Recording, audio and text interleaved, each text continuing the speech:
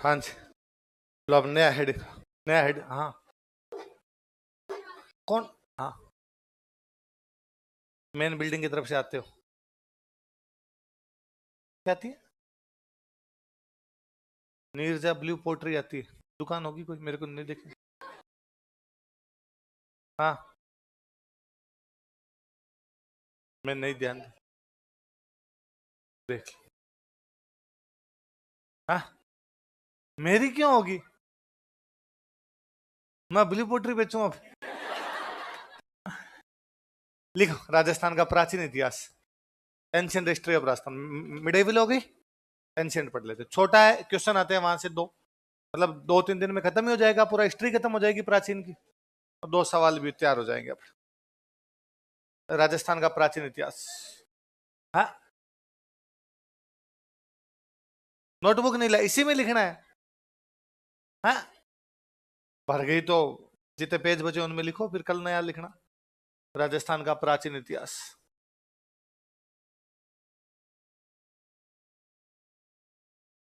Ancient history of Rajasthan. Basically वैसे पहले पढ़नी चाहिए, पहले प्राचीन पढ़नी चाहिए, फिर मध्य होना चाहिए, फिर आधुनिक होना चाहिए।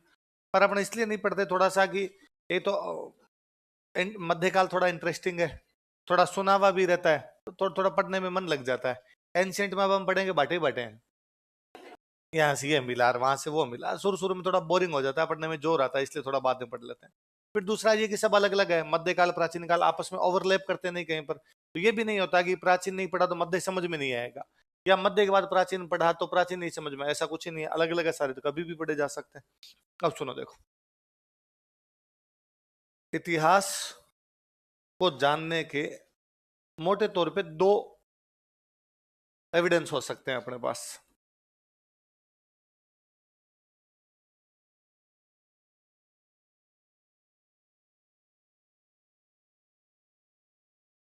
कौन कौन से? पुरातात्विक और ऐतिहासिक, तीसरा और होता है जो मैंने अभी आपको ठीक पहले लिखवाया था, आर्काइवल, है ना। पर हिस्ट्री जाननी है तो एक तरीका तो यह है कि गवर्नमेंट के जो पहले राजाओं के डॉक्यूमेंट्स पड़े हैं वो पढ़ लो, उनसे पता चलता है। या राजाओं के टाइम की कोई किताब लिखी हुई है वो देख लो। डॉक्यूमेंट्स का तो यह है कि वो राजा ने ही तैयार करवाए, तो जानकारियां थोड़ी ज्यादा है। किताबों में हो सकता है कोई राजा के दरबार में रहने वाले ने लिख दी, या राजा के दरबार से बाहर वाले ने भी लिख दी। ये भी जरूरी नहीं उसने हिस्ट्री की किताब लिखी, हो सकता है उसने किताब तो धर्म की लिखी हो, लेकिन बीच में उसमें हिस्ट्री की बातें आ गई होगी। एक होता है आर्कियोलॉजिकल, पुरातात्विक, जमीन को खोद के, कि भाई जो बहुत पुरानी हिस्ट्री है उसकी तो किताबें भी नहीं है अपने पास, उसके तो डॉक्यूमेंट्स भी नहीं है अपने पास, उसको जानने का अपना तरीका क्या होना चाहिए? तो उसको जानने का तरीका क्या बचता है? आर्कियोलॉजी। क्या बचता है? आर्कियोलॉजी। मतलब जमीन की खुदाई करो, जमीन की खुदाई के अंदर जो मिलता है उसके आधार पर एक तो ये पता लगाओ कब का है, ये तो टाइम डिसाइड होगा कि कितनी पुरानी चीज है। यदि कितनी पुरानी चीज है ये डिसाइड होगा तो पता चलेगा यार इतने पुराने टाइम में यहाँ पर लोग रहते थे, इन इन चीजों का प्रयोग करते थे। और दूसरा उनकी सामाजिक धार्मिक स्थिति का पता चलेगा। यदि कहीं से शिव जी की मूर्तियां मिल रही है इसका मतलब वहां पे शिव जी को मानने वाले लोग हैं, कहीं से विष्णु जी की मूर्तियां मिल रही है तो वैष्णव लोग ज्यादा रहते हैं वहां पर, तो इस प्रकार की चीजें मिलेगी। या आर्कियोलॉजी में आते हैं पुराने अभिलेख। अभिलेख भी सीधा सीधा तो कोई है नहीं कि भाई किताब और आर्काइवल की तरफ पढ़ा तो है नहीं। किसी एक मंदिर के बाहर कोई एक पट्टी लगी हुई, उस पट्टी पे क्या लिखा वो पढ़िए आप, वो भी अपने आप में क्या है? आर्काइवल। ये सब आर्काइवल चीजें हैं, सॉरी आर्कियोलॉजिकल चीजें हैं, जो पुराने इतिहास की हमें जानकारी देती है। भारत में जब तक अंग्रेज नहीं आ गए थे इस दिशा में किसी का ज्यादा ध्यान गया नहीं था। सबसे पहले इस दिशा में किसी बंदे का ध्यान गया अंग्रेजों में, तो उस बंदे का नाम था अलेक्जेंडर कनिंघम। क्या नाम था? अलेक्जेंडर कनिंघम नाम करके एक आदमी था, उसका ध्यान गया। अलेक्जेंडर कनिंघम को भारत में पुरातत्व का जनक कहा जाता है, father of archaeology in India. यदि किसी बंदे को कहा जाता है वो कौन था? अच्छा कनिंघम के साथ एक बड़ी जोरदार चीज, कनिंघम क्या सारे अंग्रेजों के साथ ही। अंग्रेज जब अपने देश के अंदर आए थे तो बेसिकली अंग्रेज क्या, अंग्रेजों से पहले जैसे अपने देश के अंदर आया था वास्को डी गामा, पहला यूरोपियन जो इधर इंडिया की तरफ आया था आधुनिक काल में, वो कौन था? अपना Vasco D gamma. Vasco D gamma जब इंडिया आया था तो उसके दिमाग में ये था कि दुनिया में दो धर्म है बड़े तौर पर, एक तो ईसाई और एक इस्लाम। कौन कौन से दो? ईसाई तो खुद थे, इस्लाम के साथ उनकी लड़ाइयां वड़ाइयां चल रही थी, अरब वालों के साथ लड़ाइयां चल रही थी, तो इस्लाम के बारे में जानते थे। इस्लाम के बारे में भी मोटा मोटा उनको ये पता था कि वो सिर पे टोपियां रखते हैं, अरब के लोग सिर पे टोपी रखते थे। वास्को डी गामा जब इंडिया आया तो उसको टोपी वाला एक ही नहीं दिखा, तो उसको पता चला कि भारत के अंदर इस्लाम तो नहीं है। तो फिर दूसरे कौन है? ईसाई। तो उसने प्रारंभ में यह सोचा कि भारत के अंदर ज्यादातर ईसाई रहते हैं, तो उसने बाकायदा लेटर लिखा, और लेटर लिख के कहा कि भारत में ज्यादातर जो लोग हैं वो कौन है? ईसाई। पर ये रास्ता भटक गए, है ना, ये रास्ता भटके हुए लोग हैं, ये ज्यादा जानते ईसाई धर्म के बारे में नहीं है, तो ईसाई, पर इनकी पद्धतियां चेंज हो गई। जैसे ये क्राइस्ट को मानते हैं, किसको मानते हैं? क्राइस्ट, ईसा मसीह को क्राइस्ट बोलते हैं, तो ये क्राइस्ट को मानते हैं। ये मदर मेरी को मानते हैं और मदर मेरी की पूजा करते हैं। बस ईसाई धर्म मूर्ति पूजा नहीं करता, और इन लोगों ने क्या करनी शुरू कर दी? मूर्ति पूजा। वो तो फिर अपने वालों ने वास्को डी गामा को समझा कि तेरा क्राइस्ट नहीं है, कृष्ण है। हम सारे दिन कृष्ण कृष्ण करते रहते हैं, तेरे समझ में है कि क्या करते रहते हैं? ईसा मसीह की जो माता थे उनका नाम था मदर मेरी, तो उन्होंने कहा हम मदर मेरी को नहीं मानते, ये मदर तेरी नहीं है, हमारी है, और हमारी वाली मदर का तुम्हारी वाली मदर से कोई लेना देना। तुम यूं मदर मेरी के बारे में कहते हो, मदर मेरी दया, करुणा, सहानुभूति उसका सिंबल है। हमारे वाली झटके करती है, झटके वैसा, बकरे नहीं पाडे काटते हैं, पाडे। हमारे ये नहीं है वैसा भी, पापियों का संहार करने वाली उस प्रकार की देवियां हमारे थे यहाँ पर। तो उनके समझ में आया कि भारत में अन्य धर्म भी है। अन्य धर्म कौन सा है? हिंदू। फिर उनको धीरे धीरे और पल्ले पड़ी कि यार यहाँ पर तो जैन भी है, यहाँ पर तो बौद्ध भी है, यहाँ पर तो सिखिज्म भी है, कहीं ना कहीं यहाँ पर तो मुसलमान भी है। तो धीरे धीरे यूरोपियंस एक धर्म से बड़े प्रभावित हुए, वो धर्म था बौद्ध। तो कौन सा था? क्योंकि दुनिया में ईसाई और इस्लाम के बाद यदि कोई तीसरा धर्म फला फूला तो वो कौन सा है? ईसाई और इस्लाम के फलने फूलने के पीछे, उनके विस्तार होने के पीछे, लोगों को अधिक मानने के पीछे एक बड़ा कारण माना गया राजा, कि मैं राजा हूं। मैं यदि मुसलमान हूं तो मैंने मेरे पब्लिक को कहा कि आज के बाद तुम भी सब कुरान पढ़ोगे, तो पब्लिक भी पूरी क्या होगी? यथा राजा। मैंने इधर वाला देश जीत लिया तो इनको भी क्या बना दिया? मुसलमान। ये कई ईसाइयों के बारे में था, जहां जहां उनका कब्जा हुआ वहां वहां की जनता को उन्होंने अपने धर्म के अंदर कर लिया।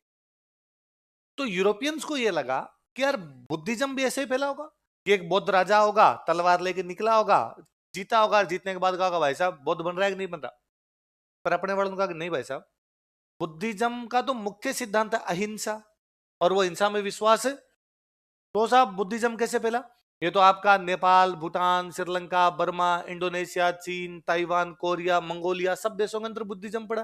ये कहां से आया आपका? तो कहा साहब कोई इंटेलिजेंट बंदा था, उसने एक बुक ली, बुक लेके गया वो चाइना, और चाइना वालों ने जाकर देखो बुक में कितनी अच्छी अच्छी बातें हैं।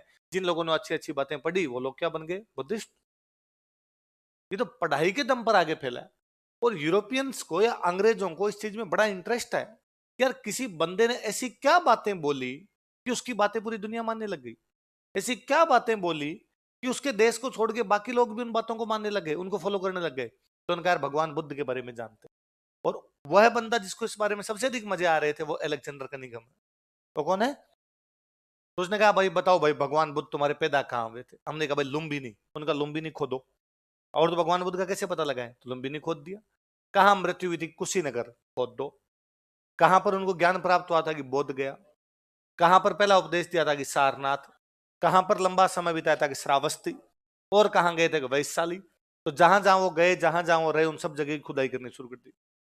पर अलेक्जेंडर कनिंघम के साथ एक दिक्कत और थी। अलेक्जेंडर कनिंघम ने टाइम डिसाइड नहीं किया ज्यादा। उसको कोई भी चीज मिली भारत के अंदर, उसने कहा कि ये तो बुद्ध धर्म की है। किसकी है? अब मान लो उसको ऐसा कोई लाल धागा मिल गया कहीं पर, उसने लिख दिया अपनी बुक में भारत में बौद्ध धर्म के लोग हाथों में लाल रंग का धागा बांधते थे। उसको यदि कोई ऐसा पेन मिल गया तो उसने कहा भारत में बौद्ध धर्म के लोग पेन का प्रयोग भी करते थे। तो सारी चीजों को बुद्धिज्म से जोड़ के चला गया था वो। अलेक्जेंडर कनिंघम इतना दीवाना था भारत के बारे में जानने के लिए कि उसने इंग्लैंड की सरकार को कहा मुझे रुपए दो, मैं खुदाई करवाऊंगा, आर्कियोलॉजी की शुरुआत करूंगा। अंग्रेज बाणिया आदमी, पैसे कमाना उनका काम, उनका खुदाई करने से पैसे मिलेंगे? उसने कहा मिलेंगे तो नहीं, लगेंगे। तो कहा फिर तेरे को पैसे हम देंगे नहीं। तो वो अपनी पर्सनल प्रॉपर्टी बेच बाच की खुदाई कर गया। यहाँ पे दोस्तों से उधार मंगवा ली उसने कि भेजो थोड़ा भारत में खुदाई करवानी है। तो जिन जिन दोस्तों से पेटीएम करवा सकता था सबसे करवाई भाई साहब उसने। फाइनली उसको यहां से जाना पड़ा। 1904 के आसपास भारत में गवर्नर जनरल काम कर रहा था, उसका नाम था लॉर्ड कर्जन। कौन था? लॉर्ड कर्जन ने एक डिपार्टमेंट बना दिया पूरा, उस डिपार्टमेंट का नाम था आर्कियोलॉजी डिपार्टमेंट। क्या बना दिया? और उसने कहा हर साल डिपार्टमेंट को सरकार पैसे देगी, पता लगो क्या है क्या नहीं है।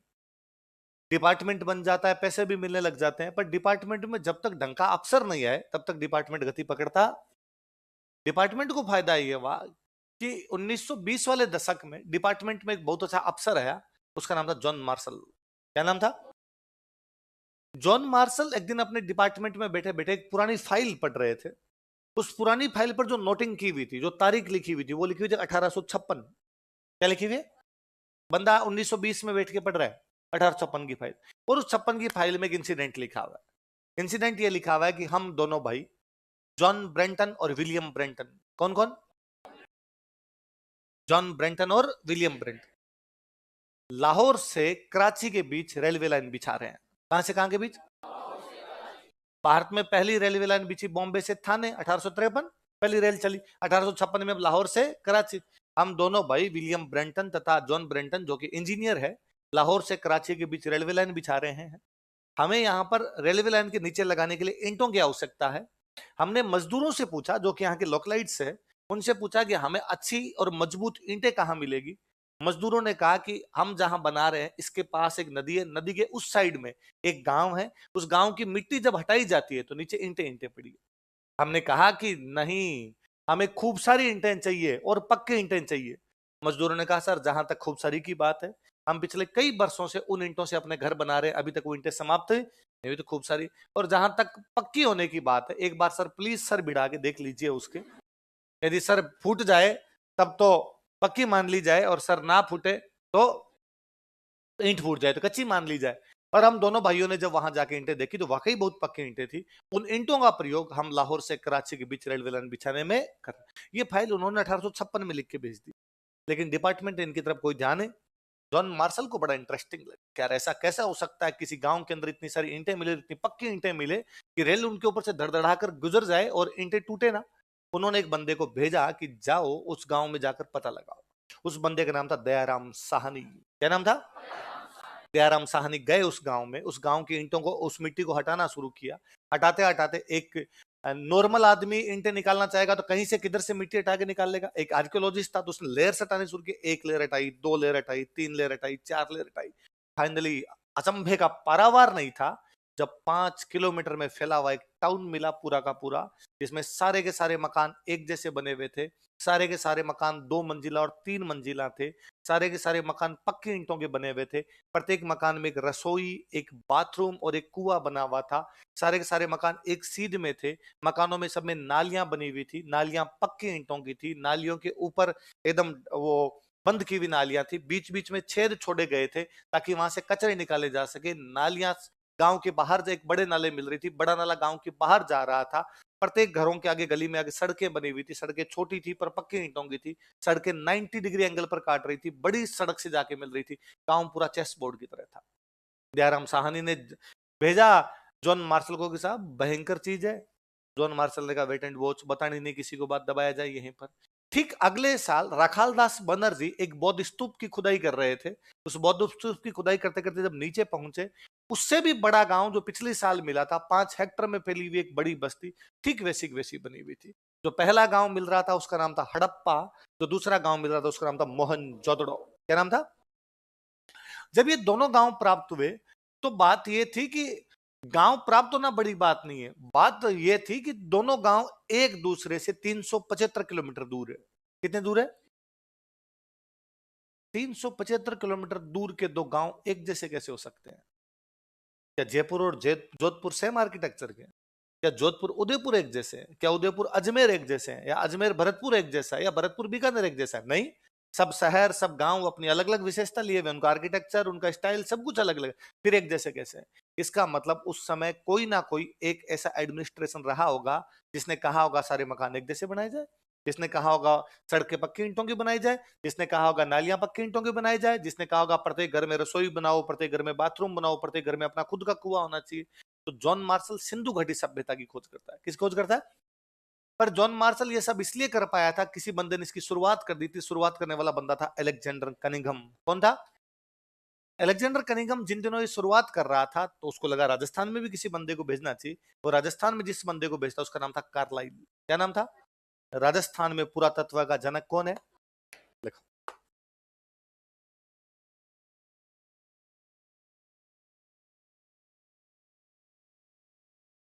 कार्लाइल को राजस्थान में पुरातत्व का जनक कहा जाता है। Carlyle is known as father of archaeology in Rajasthan. Carlyle को राजस्थान में पुरातत्व का जनक कहा जाता है।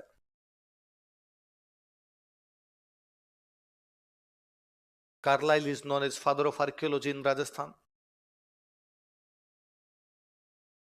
कार्लाइल को राजस्थान में पुरातत्व का जनक कहा जाता है। Carlyle is known as father of archaeology in Rajasthan. Rajasthan में पुरातत्व का जनक कहा जाता है। Carlyle is known as father of archaeology in Rajasthan. याद रहेगा। तो राजस्थान में पुरातत्व की शुरुआत किसने की थी? अब कौन कौन से चरण हम पढ़ेंगे मैं पहले लिख देता हूं, एक बार उतार लो, फिर एक एक की बात करके अलग अलग पढ़े। एक बार जैसा लिख रहा हूं वैसा कुछ उतार लो। मैं टाइमलाइन लिख रहा हूं, पहले क्या पढ़ेंगे बाद में क्या पढ़ेंगे। जैसे वहां पढ़ा था कौन कौन से वंश पढ़ेंगे, यहां पर हम काल पढ़ेंगे, कौन कौन से काल है।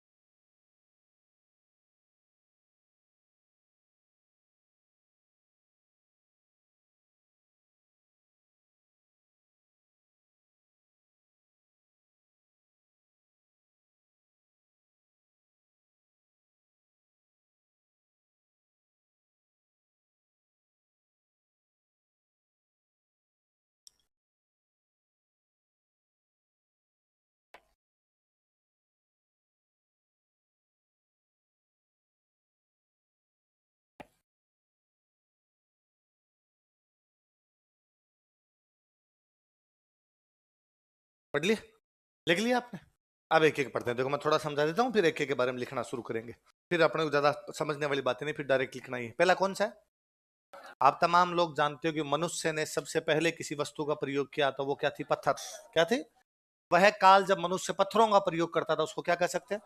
हम ये देखेंगे कि उस पाषाण काल में राजस्थान में कहां कहां लोग रहते थे और किन किन चीजों का प्रयोग करते थे। क्या वो पाषाण काल के बाद भी वहां कंटिन्यू हुए थे या वहीं से डिसकंटिन्यू हो गए थे, ये भी हम देखेंगे। अच्छा मुझे ये बता दीजिए आप कि मनुष्य जब पत्थरों का प्रयोग करता था तो क्यों करता था, किस लिए? आग जलाने के लिए। किसके लिए? आग ना, शिकार करने के लिए। इसके लिए करता था। ये थोड़ी है कि पहले दिन ही वो भाटे लेके निकला कि आग लगा दूंगा पूरी दुनिया में। कौन कौन? अरे सामने आओ मेरे। मनुष्य की बेसिक नीड थी खाना और पीना। खाना और पीना बेसिक नीड थी, इसलिए मनुष्य हमेशा नदियों के किनारे रहा। किस किनारे रहा? भाई नदियों के पास रहेगा तो पीने की तो कोई प्रॉब्लम नहीं, और खाने की टेंशन तो है। दुनिया में ज्यादातर धरती पर ज्यादातर जगह पर जंगल थे, इसलिए जंगल से उसे शिकार मिल सकते हैं। या तो वो घास फूस खाए या वो वाद्य पशुओं का शिकार करके खाए। जंगल में दोनों प्रकार के जानवर रहते हैं, शाकाहारी जानवर भी और मांसाहारी जानवर भी। वो जंगल में जानवरों को मारने के लिए जाता। जानवरों को मारे कैसे? तो फिर पत्थरों से मारे। पत्थर कहां से लाए? तो नदी के पास था, नदी पहाड़ों से आती, पहाड़ों से आती तो अपने साथ पत्थर लाती। नदी से जब पहाड़ से जब नदी में पत्थर गिरने लगते हैं तो बड़े होते हैं, पर वो चूंकि चूंकि पानी के साथ आते आते उस प्रवाह के साथ में धीरे धीरे छोटे हो जाते हैं, गोल हो जाते हैं। इसलिए उन गोल पत्थरों को इकट्ठा करना शुरू किया, एक जगह रखना शुरू किया। अब वो उन गोल पत्थरों को लेके जाता और उनसे पशु का शिकार करके लेके आता। ऐसा होता है कि उसने किसी हिरण को एक पत्थर मारा, किसी खरगोश को एक पत्थर मारा, या तो मर गया या वो घायल हुआ। घायल हुआ तो भी वह बेचारा आगे भाग नहीं सकता था, वो भाग के गया, उसने गर्दन मरोड़ी और उसको खा लिया। ऐसा कुछ उसका जीवन प्रारंभ के अंदर रहा होगा। कभी ऐसा हुआ है कि उसने किसी एक जानवर के पत्थर मारा है, पत्थर उसको लगा है, लगने के बाद पास की चट्टान से जाके भिड़ा है, और चट्टान से जाके भिड़ा तो चट्टान में रोक में आग लग गई। आग लग गई, वो जब अपने उस शिकार को, खरगोश को, हिरण को, जो कोई शिकार था उसको लेने के लिए गया है, आग तब तक जानवर पकड़ चुका था, इसलिए उससे पकड़ा नहीं गया। हीट महसूस हुई, जो साइड में आग, उसको लगा ये क्या बला है, ऐसा तो पहले कभी देखा ही नहीं था मैंने। वो इधर बैठा रहा, धीरे धीरे आग शांत हुई होगी, पास गया होगा। इस बार जब उसने उस जानवर को खाया होगा, ठीक लगा होगा, रोस्टेड था, तो उसको लगा यार ये बड़ा थोड़ा ठीक है। उस दिन उसने घास फूस भी खाई होगी आसपास की, ठीक लगी होगी, सीख गई थी, तो उसको धीरे धीरे अपने आप आग की खोज हो गई। ये नहीं है कि वो यूं बाटे घुमाता ही घूमता था कि लो आग, कौन आग लेगा रे, आग दे रहा हूं मैं सबको, ऐसा नहीं था। आग की अचानक उससे खोज हो गई थी। बाकी पत्थरों का प्रयोग वो शुरुआत के अंदर शिकार के लिए कर रहा था। किसके लिए कर रहा था? शिकार के लिए। तो लिखो पाषाण काल।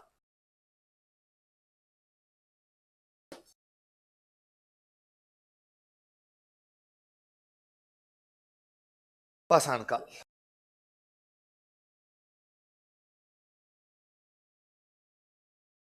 पहले काल कौन सा है? पाषाण काल। फिर एक एक साथ साथ पढ़ाऊंगा तो मैं सारे काल एक एक साथ और समझा दूंगा। ये बारी बस टाइमलाइन थोड़ा याद रखना।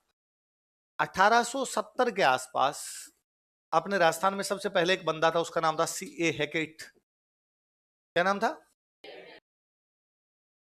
इसको दो जगह से, एक तो अपने जयपुर से, एक बूंदी में जगह पड़ती है इंद्रगढ़। कौन सी जगह? यहां से उसको हस्त कुठार प्राप्त हुई। क्या प्राप्त हुई? हस्त मतलब हाथ, कुठार मतलब कुल्हाड़ी। कुठार मतलब, इंग्लिश में इसका नाम ज्यादा अच्छा है, इंग्लिश वाला ज्यादा अच्छे से याद होता है, हैंड एक्स। क्या मिले उसको? हैंड एक्स मिले, पत्थर से बने हुए। पत्थर से बनी हुई कुछ कुल्हाड़ियां थी, जिनको पीछे पकड़ने के लिए हत्ता वत्ता था, आगे से थोड़ी नुकीली थी, पत्थर की बनी हुई, ताकि काटा जा सके। तो शिकार मार के लाता होगा, बाद में घर में बच्चों को काट के खिलाता होगा वो, तो उससे कुछ पत्थर की कुल्हाड़ियां मिलती। किसकी कुल्हाड़ियां? उन पत्थर कुल्हाड़ियों को क्या नाम दिया हमने? किसको मिले? कब मिले? कहां कहां से? जयपुर और इंद्रगढ़। इंद्रगढ़ पड़ता है बूंदी। कहां पड़ता है? लिखो, देखिए यहां से शुरू करते हैं। लिखो 1870 ईस्वी में, इन 1878, 1870 ईस्वी में, इन 1878, सी ए हैकेट को, सी ए हैकेट, सी ए हैकेट को जयपुर तथा इंद्रगढ़ से हस्त कुठार प्राप्त हुई थी। Collected hand axe from Jaipur and Indragarh. Jaipur तथा इंद्रगढ़ से हस्त कुठार प्राप्त हुई थी। Collected hand axe from Jaipur and Indragarh. Jaipur तथा इंद्रगढ़ से हस्त कुठार प्राप्त हुई थी। Collected hand axe from Jaipur and Indragarh. Jaipur तथा इंद्रगढ़ से हस्त कुठार प्राप्त हुई थी। अलेक्जेंडर कनिंगम को उधर कहा गया कि वैसा भी ऐसा ऐसा कुछ मिला है, तो उसने कहा यार और देखो, थोड़ा थोड़ी सी और चीजें ऐसी मिलती है। एक बंदा था सेटन कार। क्या नाम बंदे का? सेटन कार को ऐसी कुछ चीजें मिलती है झालावाड़ से। कहां से मिलती है? और एक बंदा था, उसका नाम था बी आलचीन। क्या नाम था?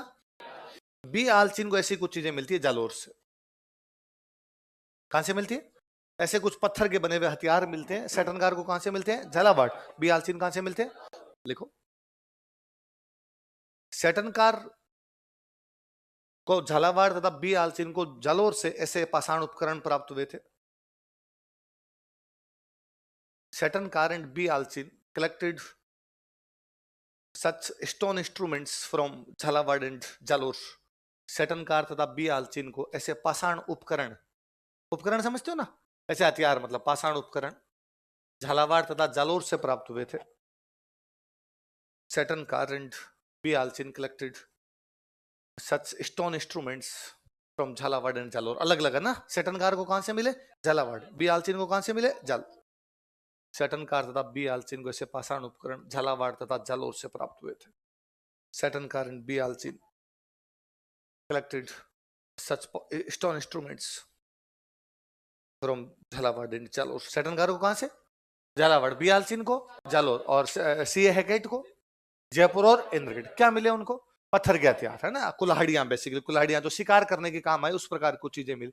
ये भी अपने आप साबित करता है कि मनुष्य का जो शुरुआती जीवन रहा होगा वो किस पर आधारित है? शिकार। किस पर आधारित है? तो कोई पूछे कि मनुष्य सबसे पहले क्या रहा था? शिकारी। क्या रहा था? आखेटक। क्या रहा था? आखेट का मतलब होता है शिकार, शिकार करने वाला क्या कहलाता है? तो शुरुआती मनुष्य क्या था? आखेटक था। अच्छा, किसी जगह पे पत्थर का हथियार मिलना ये तो साबित नहीं करता ना वहां मनुष्य रहता है। हो सकता है शिकार करने के लिए 20 किलोमीटर दूर गया हो, रहता यहाँ है।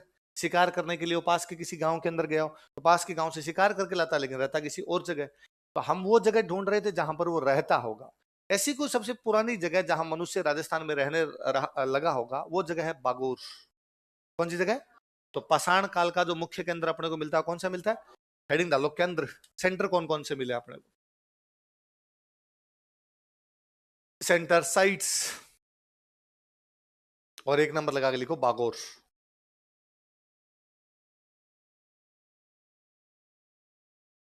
भीलवाड़ा जिले में, तो कॉस्टम लिख लो भीलवाड़ा।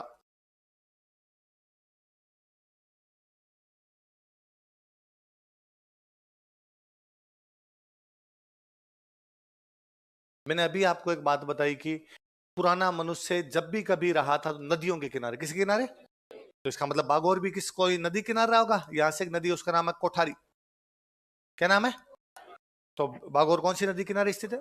देखो, यह है कोठारी नदी के किनारे स्थित है। It is located near river Kothari. यह है कोठारी नदी के किनारे स्थित है।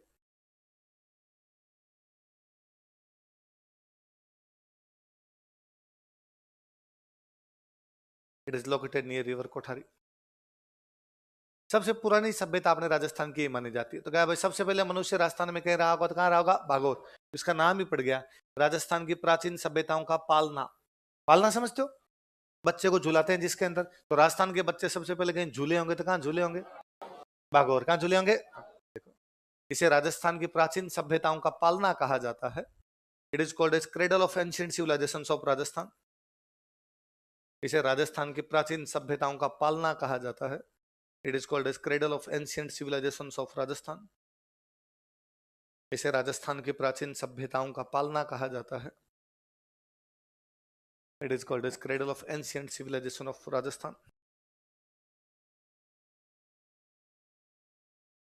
राजस्थान की प्राचीन सभ्यताओं का पालना कहा जाता है। अब पुरानी जगह का पता कैसे लगाएंगे? उसकी खुदाई करके। खुदाई के लिए हिंदी में बहुत अच्छा शब्द होता है, उत्खनन। क्या शब्द होता है? तो जो उत्खनन करता है उसको क्या बोलते हैं? इंग्लिश में बोलते हैं एक्सकेवेटर। क्या बोलते हैं? तो इसका जो एक्सकेवेटर था उसका नाम था वीरेंद्र नाथ मिश्र। उनका क्या नाम था? लिख लो, उत्खनन करता वीरेंद्र नाथ मिश्र।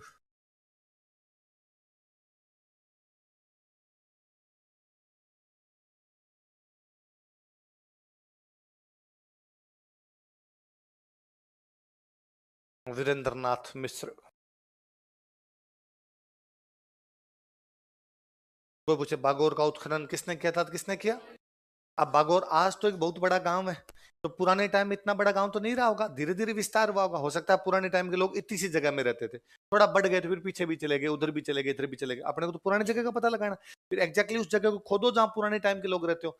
वो जगह जहां पुराने टाइम के लोग रहते थे, उस जगह जहां पर खुदाई की गई उसका नाम है महासतिया। क्या नाम है? तो कोई पूछेगा बागोर में कौन से स्थान का उत्खनन किया गया था, तो कौन से स्थान का? लिख लो, महासतिया नामक स्थान का उत्खनन किया गया था। Place named Mahasatiya was excavated. Mahasatiya नामक स्थान का उत्खनन किया गया था। Place named Mahasatiya was excavated. Mahasatiya नामक स्थान का उत्खनन किया गया था। Place named Mahasatiya was excavated. कौन सी जगह का उत्खनन किया गया था? महासतिया। अब क्या मिला होगा अपने को वहां से? साक्ष्य, क्या एविडेंसेस मिले होंगे? लिखो साक्ष्य, इंग्लिश में लिखो एविडेंसेस।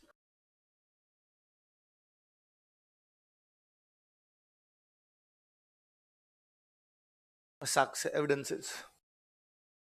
क्या एविडेंस मिले हमें वहां से? कौन से काल का सेंटर है?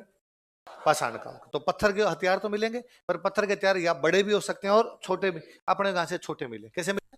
तो लिखो लघु पाषाण उपकरण, एक नंबर लगा के लिखो लघु पाषाण उपकरण। इंग्लिश में लिखो माइक्रोलिथ। लघु पाषाण उपकरण, माइक्रोलिथ। माइक्रो मतलब छोटे, लिथ मतलब पत्थर। पत्थर के छोटे हथियार है, इसलिए नाम क्या पड़ गया उनका? माइक्रो। माइक्रोलिथ मिले। शुरुआत का मनुष्य है, क्या करता होगा? उसके खाने पीने का जरिया क्या रहा होगा? शिकारी है। तो शिकारी है तो पशुओं को मार के लाता था। पर धीरे धीरे उसको समझ में आया कि डेली पशुओं का शिकार करने के लिए जंगल जाना पड़ता है, इससे अच्छा 5-7 बांध लें, दिल्ली जाना नहीं पड़े। और ऐसा हुआ होगा कभी कि चूंकि जंगल में शाकाहारी और मांसाहारी दोनों प्रकार के जानवर रहते हैं, हो सकता है कभी कोई तेंदुए जैसा मांसाहारी जानवर या तो कोई दूसरा मांसाहारी जानवर किसी हिरण के पीछे भागा होगा, किसी गाय के पीछे भागा होगा, किसी गाय के पीछे कोई चीता भागा होगा, कोई दूसरा जंगली जानवर भागा होगा।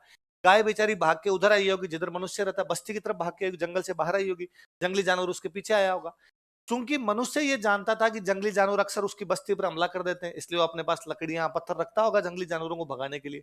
और अचानक शोर हुआ, अरे पशु भागते आ रहे हैं, वो बाटे लेके खड़ा हुआ। बाटे लेके खड़ा हुआ तो बकरी के पीछे मान लो कोई तेंदुआ आ रहा था, पत्थर फेंकने शुरू किए, तेंदुआ तो भाग गया मनुष्य के डर से, बकरी नहीं भागी, बकरी वहीं खड़ी रही। उसके समझ में आया कि कुछ पशु ऐसे हैं जिनको पाला जा सकता है, कुछ पशु ऐसे हैं जिनको अपने पास रखा जा सकता है, तो उसने पशुपालन शुरू किया। क्या शुरू किया? लिखो, दूसरा 2 नंबर लगा के लिखो, पशुपालन। इंग्लिश में लिखना डोमेस्टिकेशन ऑफ एनिमल्स, एनिमल्स को डोमेस्टिक बना लिया था उसने, डोमेस्टिकेशन ऑफ एनिमल्स, पशुपालन। क्या करना शुरू कर दिया? तो पहले वो आखेटक था, आखेटक से धीरे धीरे क्या बन रहा, वो पशुपालन। धीरे धीरे उसके और समझ में आया कि यार मैं खेती भी कर सकता हूँ, थोड़ा बहुत कुछ चीजें अपने आप उग गई होगी, फिर उसने उगानी शुरू की हो, तो वो क्या हो गया आपका एग्रीकल्चर। देख लो, कृषि, एग्रीकल्चर। अब पाषाण काल में एग्रीकल्चर बहुत बाद में शुरू हुई है, इसका मतलब है कि उसकी संस्कृति लगातार यहाँ पर चलती रही। वो पाषाण काल में भी रहा होगा, उसके बाद में भी आ रहा होगा। तो शुरुआत में शिकार करके लाता है पत्थरों से, फिर पशु पाल रहा होगा, उसके बाद क्या कर रहा होगा, खेती। तो एक लंबे टाइम तक वो यहाँ पर बना रहा है। उसकी कुछ डेड बॉडी मिली है हमें, घर घर है, घर के बाहर डेड बॉडी मिली है। डेड बॉडी के साथ में हमें खाने पीने की चीजें मिली। क्या मिली है? डेड बॉडी के साथ के अंदर हमें बर्तन मिले। इसका मतलब वो मनुष्य पुनर्जन्म में विश्वास रखता है। किसमें विश्वास रखता है? उसका यह मानना है मृत्यु के बाद पुनः जीवन है। तो कोई आदमी मर गया होगा, उसके साथ बर्तन रखेंगे, अगले जन्म में काम आएंगे। ऐसा दुनिया की तमाम सभ्यताओं में, दुनिया की तमाम सभ्यताओं के अंदर पुरानी जो लाशें, डेड बॉडी जो मिलती है, उनके साथ में बर्तन है, खाने पीने की चीजें। ये छोड़ो, मिस्र के पिरामिड सुने आप? इजिप्ट के पिरामिड नाम सुने? उन पिरामिडों में तो बाहर एक कमरा बनाते थे, उस कमरे में डेली खाना रख के आते कि खाएगा क्या, भूख मर जाएगा। हमेशा मानते थे कि नहीं भाई, भूख तो लगती है, आत्मा को भूख लगेगी उसको, तो डेली खाना रख के आते। और दूसरे दिन चेंज और करते कि नहीं यार, कल बड़ा पसंद नहीं आया इसलिए खाया नहीं, चेंज करते हैं अपने। ये तक विश्वास थे लोगों के। धीरे धीरे लोगों के विश्वास बदलते हैं। तो डेड बॉडी के साथ में क्या मिलती है? खाद्य सामग्री, फूड आइटम्स। और क्या मिलते हैं? बर्तन, यूटेंसिल्स। लिखो, शव के साथ बर्तन तथा खाद्य सामग्री, utensils and food items with dead body. शव के साथ बर्तन तथा खाद्य सामग्री, utensils and food items with dead body.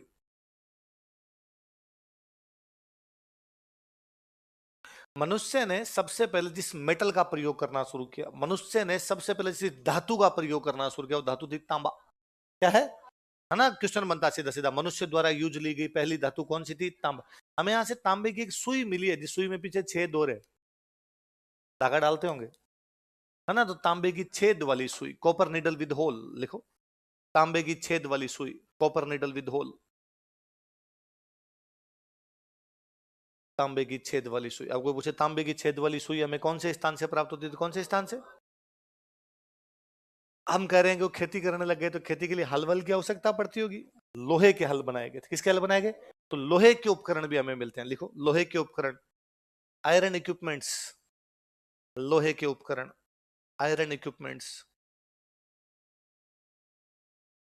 Bagor से हमें पत्थर के मिल रहे हैं, बागोर से हमें तांबे के मिल रहे हैं, बागोर से हमें लोहे के मिल रहे हैं। जबकि हम पढ़ रहे हैं पाषाण काल अलग है, ताम्र पाषाण काल अलग है, लोहे काल अलग। इसका मतलब बागोर कंटिन्यूअस सिविलाइजेशन है। वो पाषाण काल में भी था, वो ताम्र पाषाण काल में भी था, वो लोहे काल के अंदर भी है, वो खेती वाले काल के अंदर भी है। इसका मतलब बागोर में लंबे टाइम तक लोग बने रहे होंगे, बागोर के लोग इस जगह को छोड़कर। इसका मतलब कोठारी में ठीक ठाक पानी आता है। यदि पानी की कमी हो जाती, लोग अपने आप ही छोड़ के चले जाते, पानी वानी ठीक आ रहा है इसलिए वहां पर लंबे टाइम तक बने रहे। आई बात समझ में?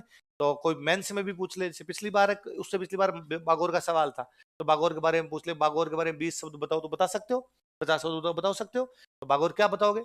बागोर राजस्थान में भीलवाड़ा जिले में कोठारी नदी के किनारे स्थित है, जिसे प्राचीन सभ्यताओं का पालना कहा जाता है, जिसका उत्खनन वीरेंद्रनाथ मिश्र द्वारा महासत्या नामक स्थान पर किया गया था, जहां से हमें लघु पाषाण उपकरण, पशुपालन, कृषि, शवों के साथ आभूषण व खाद्य सामग्री व बर्तन, तांबे के छेद वाली सुई तथा लोहे के उपकरण प्राप्त मिलते हैं, प्राप्त होते हैं, जानकारी मिलती है। ऐसा कुछ बता सकते हो? अगला सेंटर लिखो, 2 नंबर लिखो।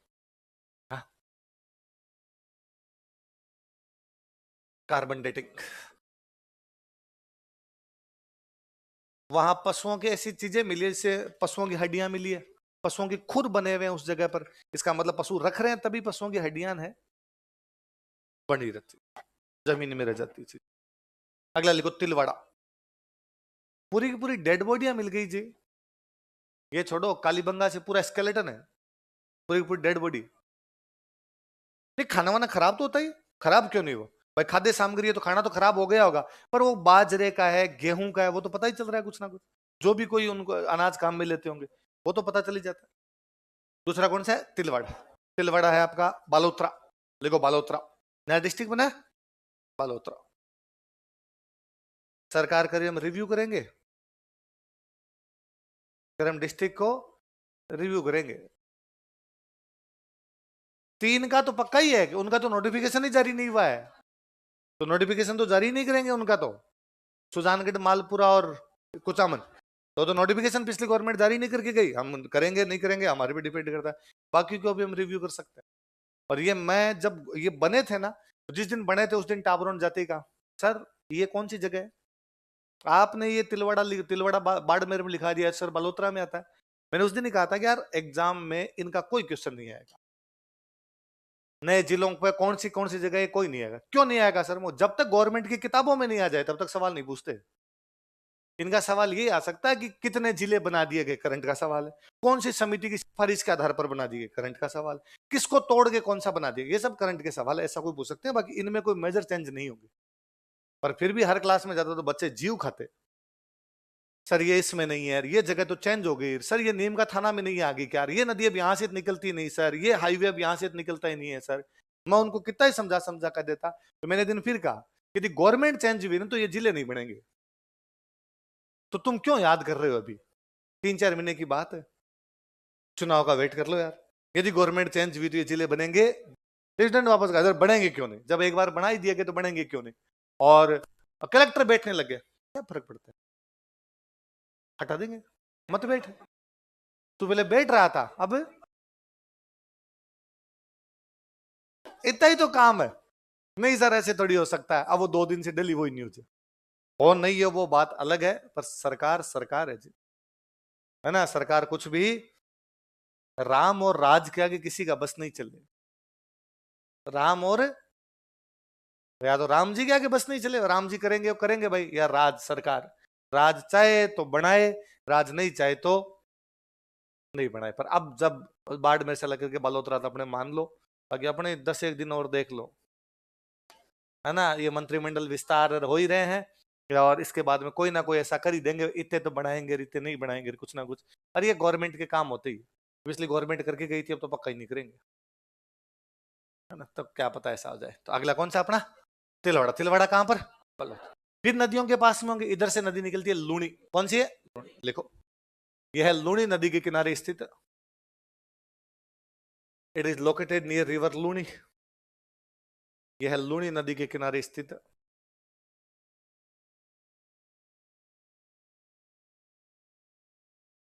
मैं कल परसों हंस रहा था, कोई साथ वाले बैठते हैं उनको, मगर यार वो जैसे ही पढ़ा कि रिव्यू कर सकते हैं, मैं यार ये मैंने ना पहले ही बोल दिया था कि जब ये बने थे तभी मैंने कहा था गवर्नमेंट चेंज जिन पे पंगे करेंगे, कुछ ना कुछ रिव्यू करेंगे, आधे बनाएंगे आधे नहीं बनाएंगे, हटा सकते हैं पूरे हटा दें, कुछ ना कुछ पंगा तो लेके आएंगे। और फिर मुझे यदि इन्होंने ऐसा कर दिया, फिर कोई बच्चे पुराना वीडियो निकाल के लाएंगे, कैसे पता चला राजवीर सर को? क्या थी उन्हें पहले से जानकारी? क्या प्रशासन में भी रखते हैं अपनी सेंध मारी? कोई ना कोई कुछ ना कुछ लेके आ ही जाएगा।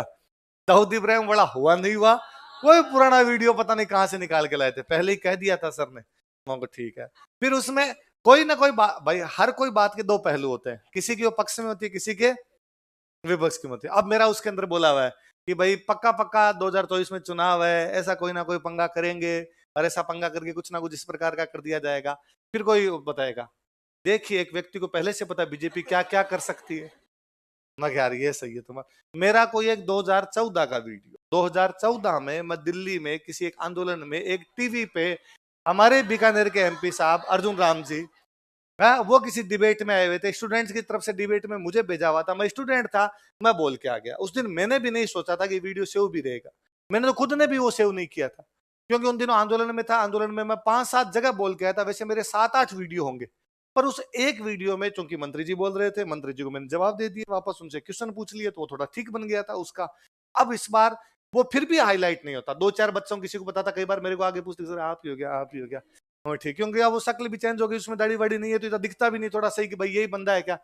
पर इस बार कांग्रेस पार्टी के किसी एक हैंडल ने उसको लगा दिया, यूथ कांग्रेस ने किसी ने लगा दिया। देखिए बीजेपी के मंत्री के खिलाफ कैसे बोला युवा।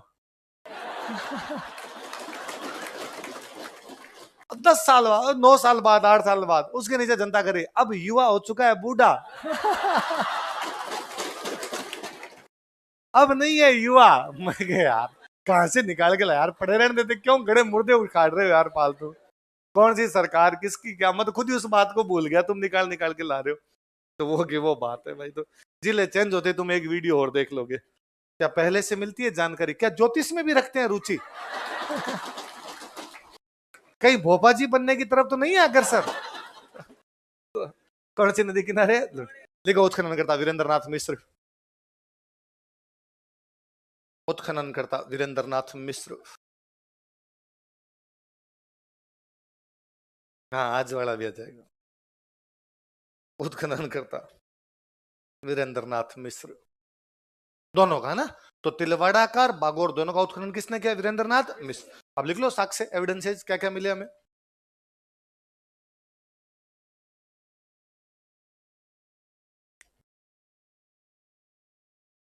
साक्ष्य एविडेंसेस, एक तो वही लघु पाषाण उपकरण, एक माइक्रोलिथ, लघु पाषाण उपकरण माइक्रोलिथ। दूसरा लिखो पशुपालन, डोमेस्टिकेशन ऑफ एनिमल्स, पशुपालन डोमेस्टिकेशन ऑफ एनिमल्स। तीसरा लिखो अग्निकुंड, फायर अल्टार्स।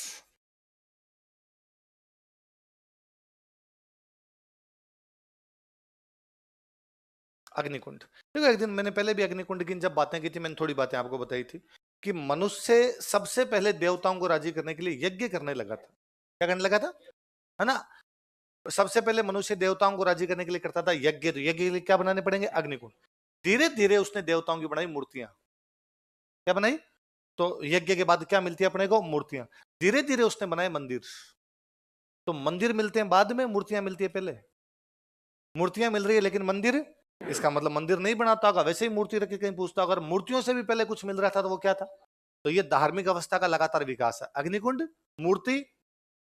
तो शुरुआत में मनुष्य भगवान को राजी करने के लिए क्या करता होगा? यज्ञ। यज्ञ के लिए क्या बनाता है ना? हुआ यह था कि चूंकि वह नेचर के आसपास पल रहा था, नदियां, जंगल, पहाड़ उनके आसपास था, तो उसे सबसे अधिक प्रॉब्लम भी यदि किसी से भी, तो नेचर से। सहयोग भी नेचर कर रही थी, तो चैलेंज भी कहां से मिल रहे थे? जैसे वो नदी के पास रहता है, कभी बाढ़ आ गई तो उसके बह गया सब कुछ ही वहां से।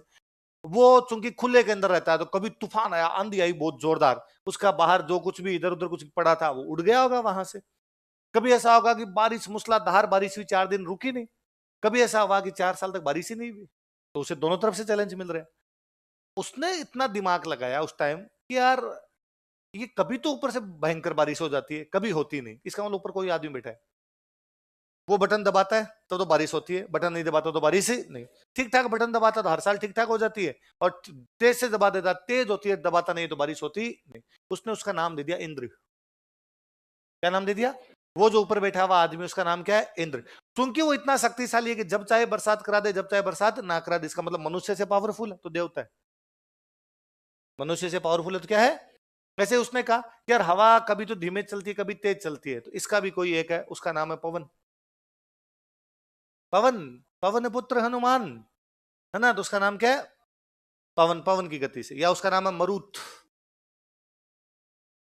क्या नाम है? मरुत से बना मारुति। मरुत के वेग से दौड़ने वाला, पवन के वेग से दौड़ने वाला कौन? मारुति। इसलिए भारत में जब पहली कार बनाई गई, है ना, तो ये नाम इसीलिए मारुति हनुमान जी।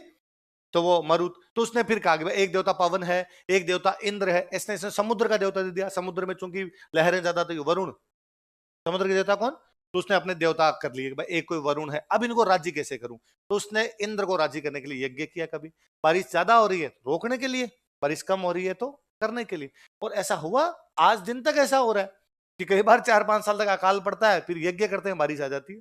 हमारा विश्वास जमता है कि इंद्र राजी कैसे होगा, तो यज्ञ के लिए क्या बनाना पड़ेगा, अग्निकुंड।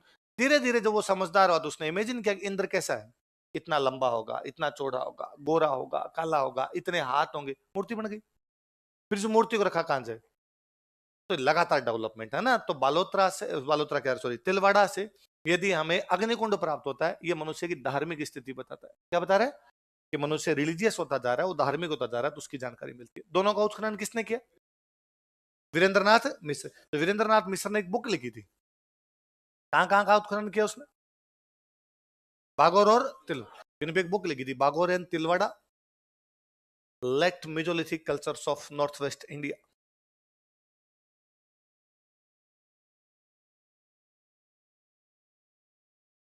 क्या नाम बुक का बोलो देखे, Bagor and Tilwara late mesolithic cultures of north west India, किसकी बुक है, लिखो फिर उसको बॉक्स में बंद करो, फिर मैं समझाता हूं।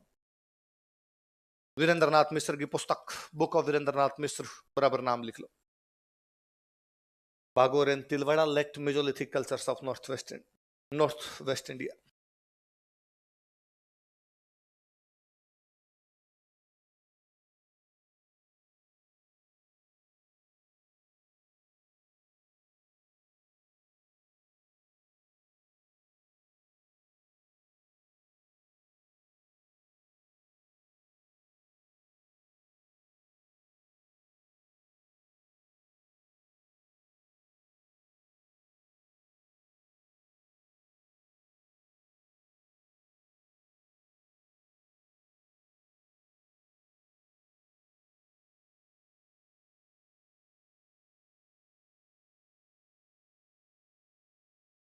क्या नाम बुक का बताओ देखे, Bagor and Tilwara late mesolithic cultures of north west India. नीचे वाले शब्द पे जाता हूं मैं, cultures of north west India, समझ में आएगी। कल्चर मतलब सभ्यता, कहाँ की सभ्यता, नॉर्थ और वेस्ट। तो देख लो भारत के राजस्थान लगभग नॉर्थ वेस्ट के अंदर ही पड़ता है, तो राजस्थान की सभ्यता कौन कौन सी, बागोर और तिलवट। पहले वाले शब्द पे ध्यान दीजिए, उस पर लिखा हुआ लेट मेजोलिथिक, क्या लिखा हुआ है, और मैं भी इस शब्द पे ज्यादा ध्यान दीजिए, क्या लिखा हुआ है। पाषाण काल के भी हम 3 टुकड़े कर सकते हैं, एक पूरा पाषाण काल मतलब पुराना, एक मध्य पाषाण काल मतलब बीच का, एक नव पाषाण काल मतलब नया। कौन कौन से 3, पूरा पाषाण काल, मध्य पाषाण काल, palaeolithic era, mesolithic era, neolithic era. Palaeo मतलब पुराना, मिजो मतलब मध्य, और नियो मतलब नया। अब ये कौन सा है, कौन सा है मध्य। अब मैं ये बात क्यों बता रहा था, यदि कोई मध्य पाषाण काल का सेंटर होगा, वहां पे पाषाण उपकरण लघु होंगे। यदि कोई भी मिजोलिथिक साइट होगी, तो वहां पर पाषाण उपकरण कैसे होंगे, क्योंकि पैलियोलिथिक में पुराने टाइम के अंदर बड़े बड़े हथियार थे, उसके पास पत्थर जैसा मिला उसने ले लिया, धीरे धीरे उसको छोटा बड़ा करना सीखा है, तो धीरे धीरे उसने लघु पाषाण उपकरण है। तो यदि लघु पाषाण उपकरण मिलता है, तो बड़ी सी संभावना यह है कि वो सेंटर कौन से काल का रहा होगा, मिजोलिथिक। कौन सा रहा होगा, मिजोलिथिक में इसने लिखा लेट मिजोलिथिक। कौन सा, मिजोलिथिक में भी बाद वाले मिजोलिथिक का है, पुराने वाले मिजोलिथिक का ऐसा भाई। पैलियोलिथिक शुरू हुआ होगा, पैलियोलिथिक के बाद में मध्य पाषाण आएगा, फिर वो मध्य पाषाण कई साल तक रहा होगा, लास्ट में जाता जाता मध्य पाषाण है, उसकी ये साइट है। कौन कौन सी, अब आ गया समझ बुक का नाम, अब बोल दो पूरा बुक का नाम बोलो, Bagor and Tilwara late mesolithic cultures of north west. ये 2 साइट ज्यादा याद रखने, कुछ साइट के नाम और लिख रहा हूँ, ये केवल नाम नाम उतारने उतार लो, फिर अपने इनकी डिस्ट्रिक्ट लिख लेंगे बस।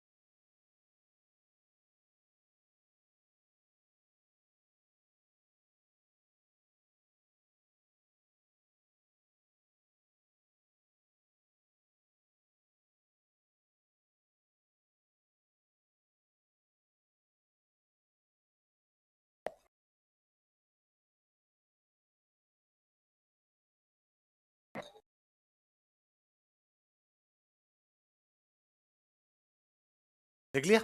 पचपत्रा बालोतरा में ही जगह, लिख लो डिस्ट्रिक्ट, लिख लो आगे थोड़े, बालोतरा।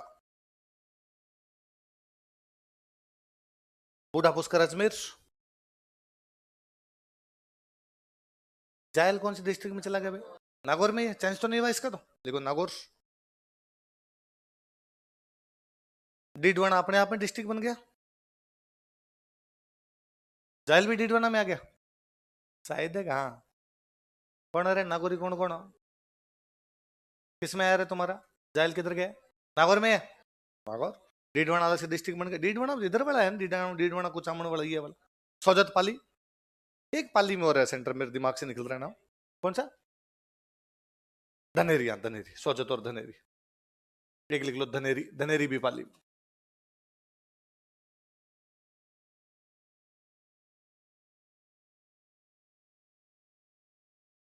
धनेरी, धनेरी भी कहां पर है? तो ये सेंटर याद रखना ना। सिंपल कोई आपसे प्री में क्वेश्चन पूछ सकता है, सोजत तथा धनेरी जो कि पाली के दो पुरातात्विक केंद्र है, वे कौन से काल से संबंधित है? पाषाण। क्या पूछ सकता है? पाषाण काल से संबंधित सोजत व धनेरी हमें कौन से जिले से प्राप्त होते हैं? पाली। क्या पूछ सकता है? पाषाण काल से संबंधित पाली के दो केंद्र इनमें से कौन से हैं? तो कौन से हैं? सोजत व धनेरी। या मेंस में पूछ सकता है पाषाण काल के किन्हीं 4 केंद्रों के नाम बताइए, कोई 4 केंद्रों के नाम बता दो। या मेंस में पूछ सकता है बागोर या तिलवाड़ा के बारे में आप क्या जानते हैं? खाली उन पे 20 शब्द पूछ सकता है, कोई भी ऐसा सवाल बन सकता है। आगे बात समझो। अब अगला काल लिखते हैं, देखो ताम्रपाषाण काल।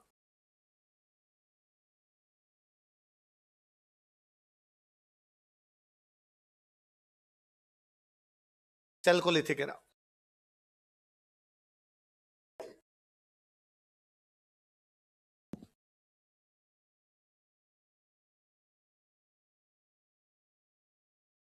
ताम्रपाषाण काल, चैल्कोलिथिक एरा। धीरे धीरे मनुष्य थोड़ा समझदार हुआ तो उसके समझ में है कि यार कुछ नदियां ऐसी है जो बरसात के टाइम तो बहती है और बाद में बंद, लेकिन कुछ नदियां ऐसी है जो हमेशा बहती रहती है, जो कभी भी बंद है। वैसी कोई नदी जो हमेशा बहती रहती है राजस्थान, वो है बनास। कौन सी है? बारहमासी, वो लगातार। वरना लूनी ये सब तो नदियां वैसी है, पानी ठीक आया तो बह गई, नहीं आया तो बंद भाई साहब। तो समझ में आया, अगर ऐसी नदियों के पास में रहना चाहिए। तो वो फिर ऐसी नदियों के पास में गया, सभ्यताओं का विकास किया उसने। तो ताम्रपाषाण काल के अधिकतर केंद्र बनास या उसकी सहायक नदियों के आसपास मिलते हैं, इसलिए सभ्यता का नाम क्या पड़ा? बनास सभ्यता। क्या पड़ा? जो केंद्र मिले उनमें सबसे मुख्य केंद्र अपने को मिला वो है आहड़। कौन सा है? इसलिए सभ्यता का नाम क्या पड़ा? क्या नाम पड़ा? आहड़। कितना पुराना देखो। हम तो मेवाड़ की राजधानी पढ़ रहे थे। मेवाड़ की राजधानी तो बहुत, राजधानी का तो मतलब है राज्य ही बन गया, राजा है, टैक्स लेने लग गया। हम तब की बात करें जब बाटों से वो शिकार कर रहा था। देखो इस काल के अधिकतर केंद्र, most of centres of this era या most of centres of this age या दिस टाइम या most of sites of this era, इस काल के अधिकतर केंद्र, most of centres of this era Banas नदी के किनारे स्थित है, are located near river Banas. Banas नदी के किनारे स्थित है, are located near river Banas.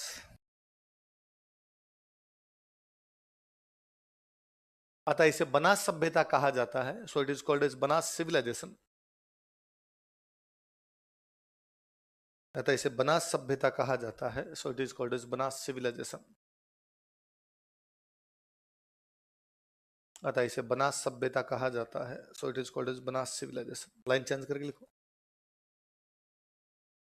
Ahar इस सभ्यता का प्रमुख केंद्र था। Ahar was prominent centre of this civilization. Ahar इस सभ्यता का प्रमुख केंद्र था।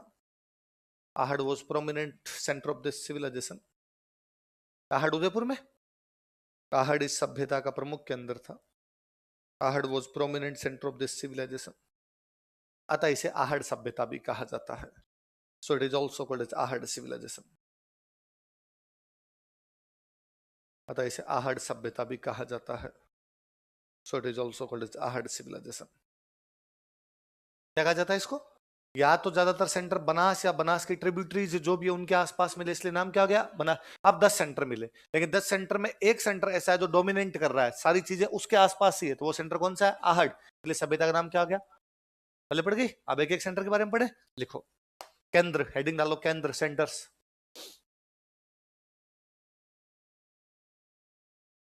पहले लिख लो आहड़, हम खुद ही कह रहे हैं मुख्य केंद्र आहड़ है, तो पहले आहड़ लिख लो।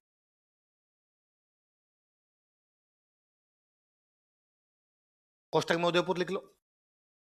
यहां से एक नदी निकलती है, उस नदी का नाम है आयड। क्या नाम है? क्या उसका एक नाम और रखा, बेड़च। क्या बोलते हैं? उदय सागर झील से पहले तो उसका नाम है आयड, उदय सागर झील के बाद उसका नाम क्या हो जाता है?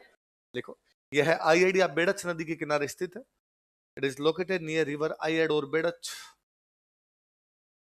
यह है आयड या बेड़च नदी के किनारे स्थित है। It is located near river Ayad और बेड़च।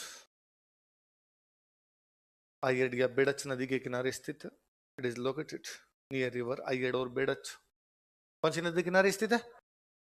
आयड या बेड़च। इसके पुराने दो नाम मिलते हैं अपने को पुरानी किताबों में। या तो इसका नाम मिलता है अघाटपुर। क्या मिलता है?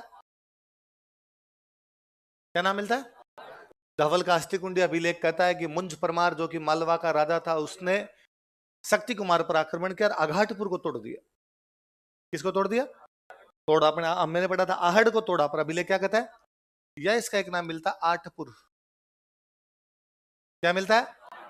शक्ति कुमार का आठपुर अभिलेख हमें कहता है कि अल्लट की माता महालक्ष्मी राठौड़ थी और उसकी हूण रानी हरिया देवी ने हर्षपुर नामक गांव बसाया था। तो दो नाम मिलते हैं। क्या क्या नाम मिलते हैं? अघाटपुर या आठ। देख लो, आहड़ के प्राचीन नाम, एंशियंट नेम्स ऑफ आहड़।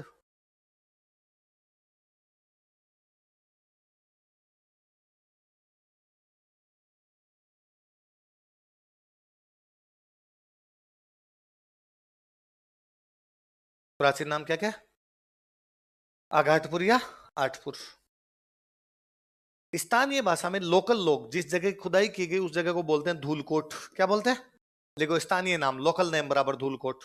और याद रखना, ये एक बार क्वेश्चन पूछा हुआ एग्जाम में, धूलकोट किसका प्राचीन, सॉरी, स्थानीय नाम मतलब किसका, लोकल नेम किसका है? आहड़ का। तो आहड़ के प्राचीन नाम तो क्या क्या है? अघाटपुर और आठपुर। आहड़ का स्थानीय नाम क्या है? अब कोई ना कोई उत्खनन करेंगे, लिखो उत्खनन करता।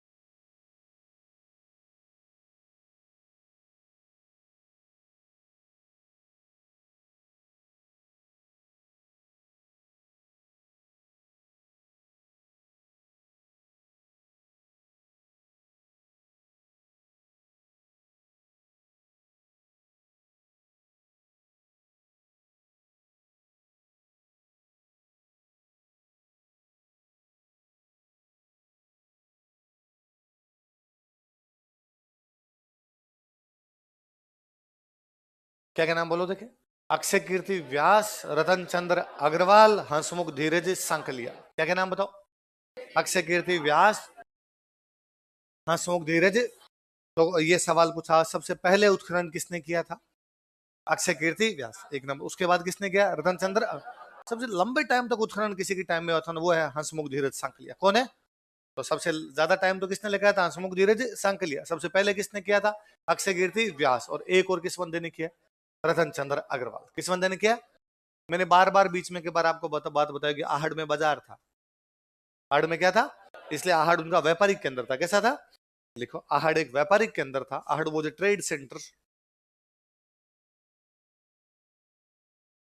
आहड़ एक व्यापारिक केंद्र था। आहड़ वो जो ट्रेड सेंटर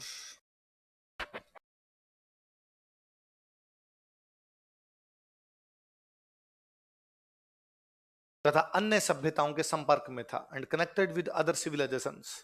तथा अन्य विदेशी सभ्यताओं, ये लिखो बोले, तथा अन्य विदेशी सभ्यताओं के संपर्क में था and connected with other foreign civilizations. अन्य विदेशी सभ्यताओं के संपर्क में था and connected with other foreign civilizations. कौन सी थी अभी हम देख लेंगे, एक बार नाम लिखो, एक बार लिख लो इतना। अब आपने लिखो साक्ष्य, एविडेंसेस,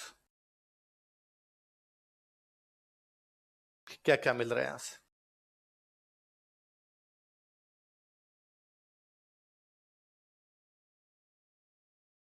यहां से अपने को तांबे की भट्टियां मिलती है।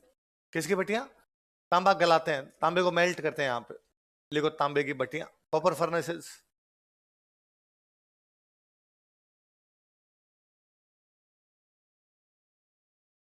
तांबे की भट्टियां, कॉपर फर्नेसेस।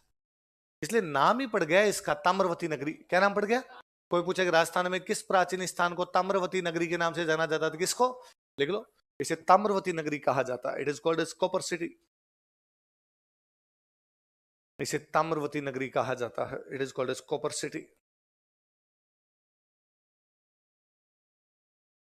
क्या कहा जाता है? पुरानी जो भी सभ्यताएं मिली है ना, वहां से मिट्टी के बर्तन मिले। किसके बर्तन मिले? सुनना देखो एक बार। जो मिट्टी के बर्तन मिलते हैं ना, उनको हिस्ट्री की भाषा में बोलते हैं मृद भांड। क्या बोलते हैं? मृद मतलब मिट्टी, भांडे मतलब बर्तन। बर्तन भांडे आज भी तो कहते हैं। अब वो अलग अलग कलर के हो सकते हैं। यहां से जो बर्तन भांडे अपने को मिले हैं, एक तो मिले हैं काले और एक मिले हैं लाल। कौन कौन से? Black and red. लिख लो, काले व लाल मृद भांड, ब्लैक एंड रेड अर्थनवेयर्स।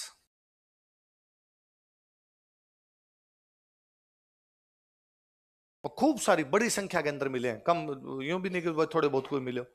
अब इनको आज भी लोकल लोग जो है वैसे बर्तन लोगों के घरों के अंदर मिल जाते हैं। और लोकल भाषा में इनको लोग बोलते हैं, या तो बोलते हैं गोरे। क्या बोलते हैं? या इनको बोलते हैं का कोट। क्या बोलते हैं? लिख लो, इन मृद भांडों को गोरे या कोट कहा जाता है। दीज अर्धनवेयर्स आर नोन एज गोरे और कोट। ये क्वेश्चन पूछा हुआ, स्टार लगाना इस लाइन के। इन मृद भांडों को गोरे या कोट कहा जाता है। दीज अर्धनवेयर्स आर नोन एज गोरे और कोट। इन मृद भांडों को गोरे या कोट कहा जाता है। दीज अर्धनवेयर्स आर नोन एज गोरे और coat.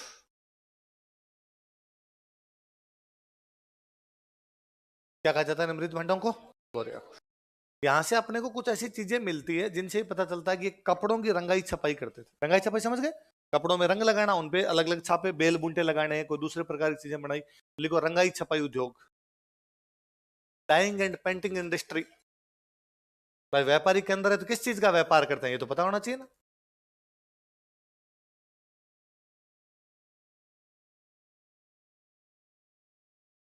Dying and painting industry, रंगाई छपाई उद्योग। कौन से उद्योग के साक्ष है? अब यदि कोई ऐसी जगह है जहां पे मृद भांड मिल रहे हैं, तांबे की भट्टियां मिल रही है, रंगाई छपाई, इसका मतलब चीजों को खरीदते बेचते होंगे। हो सकता है कोई चीज इनके पास बेचने के लिए उसको ये कहते होंगे, भाई हमारे से तू मटका ले जा, हमारे से तांबे की चीज लेता, हमारे से रंगाई छपाई कोई चीज लेता। अब चीजें बेचेंगे तो तोलने के लिए कुछ ना कुछ चाहिए, तो यहाँ से मिलते हैं बाट। क्या मिलते हैं? देख लो, वेट।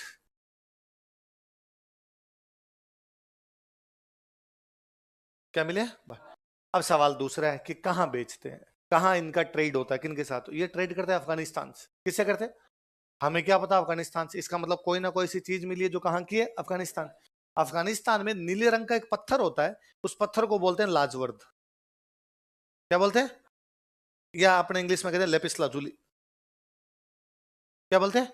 आप लिखो, फिर मैं समझाता हूँ। लिखो, लाजवर्द या लेपिस लाजुली।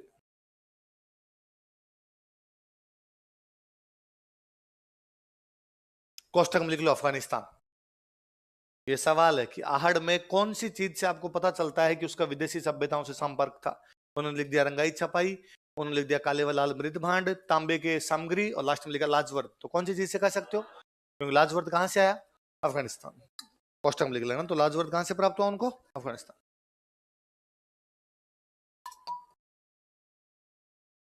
मैं समझाता हूँ, देखो।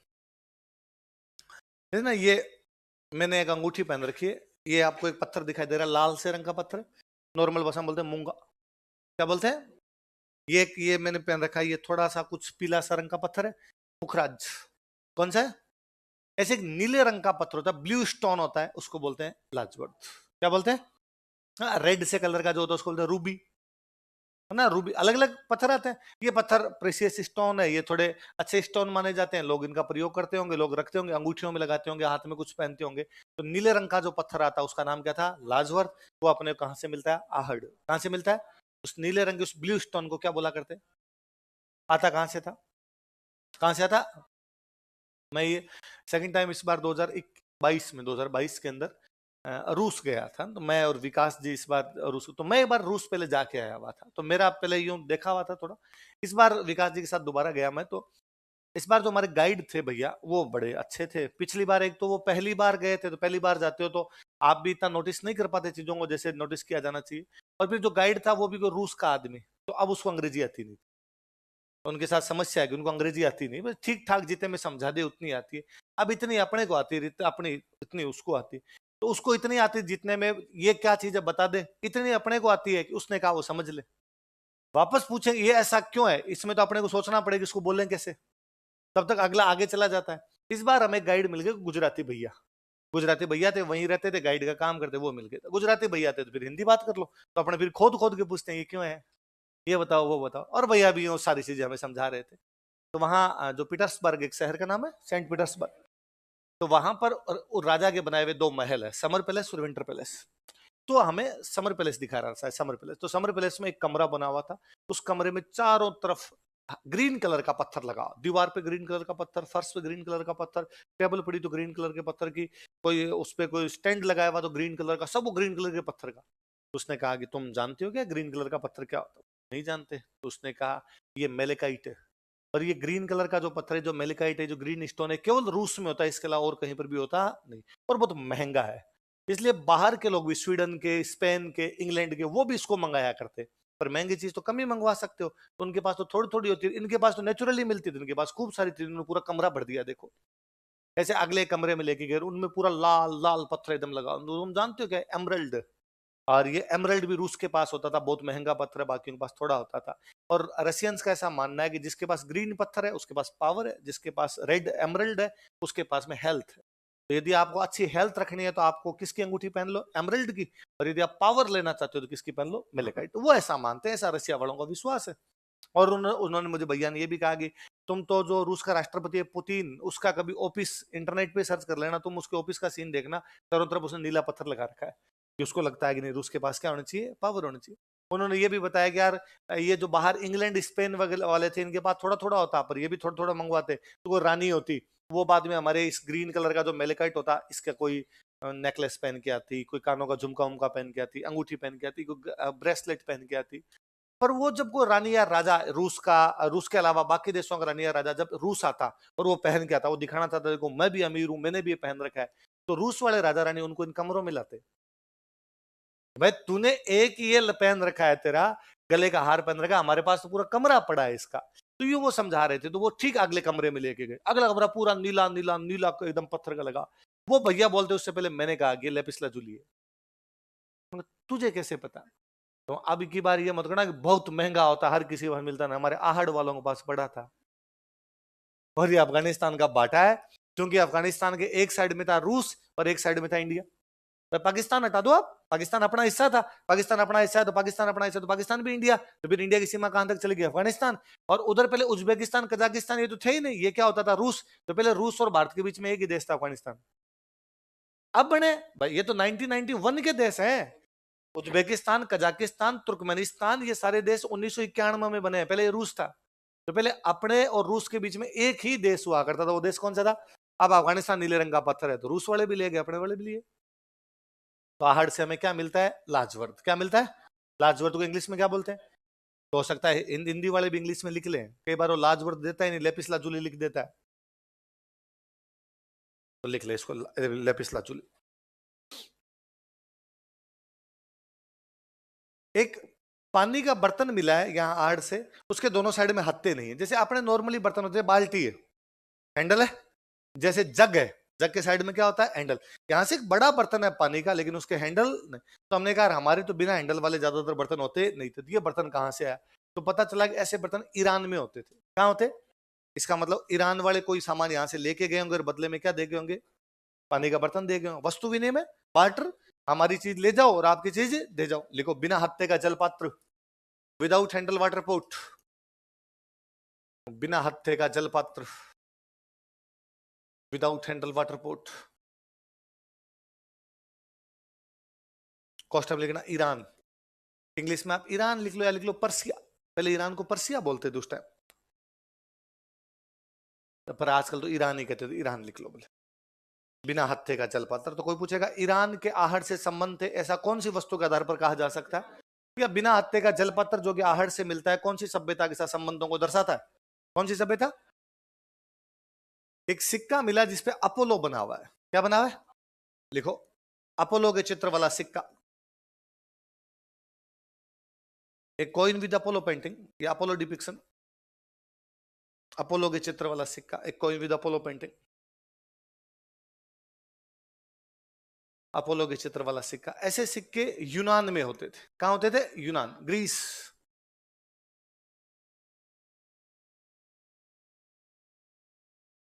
कौन से देश में थे?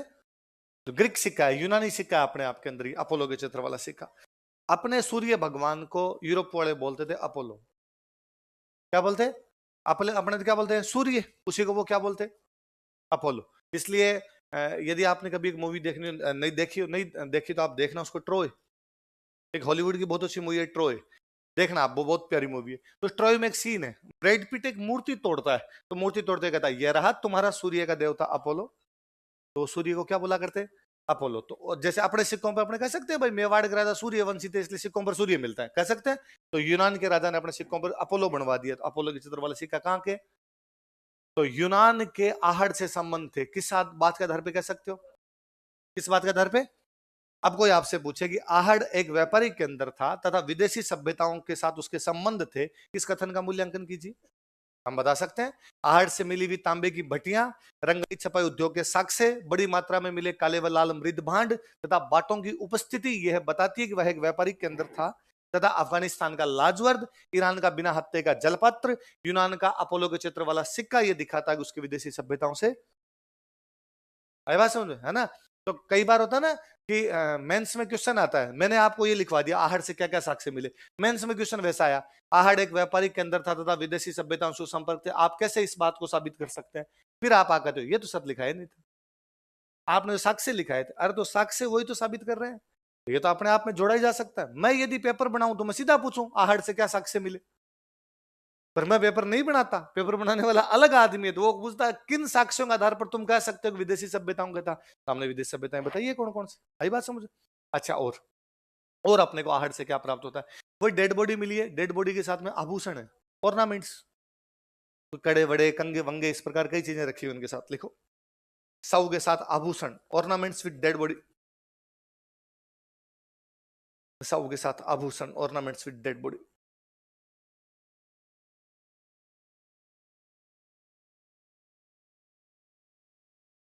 सऊ के साथ क्या मिलते हैं? अब आभूषण मिल रहे हैं। मकान मिले पर मकानों की जो नींव है वो पत्थर की है, किसकी है? लिखो पत्थर की नींव, स्टोन फाउंडेशन, स्टोन फाउंडेशन, पत्थर की नींव, नींव मजबूत होनी चाहिए। और मकान कच्ची ईंटों के बने हुए, लिखो कच्ची ईंटों के मकान, कच्ची ईंटों के मकान, house with raw bricks, raw material होता है कच्चा, रो ब्रिक्स, ब्रिक ईंटे।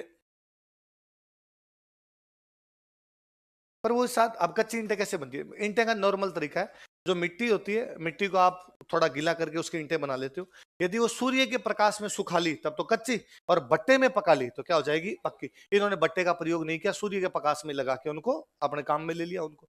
पर ये जानते थे कि यार सीधी सीधी यूं कच्ची ईंट होगी तो बरसात आएगी धुल जाएगी, है ना, इतना मजबूत नहीं रह पाएगी।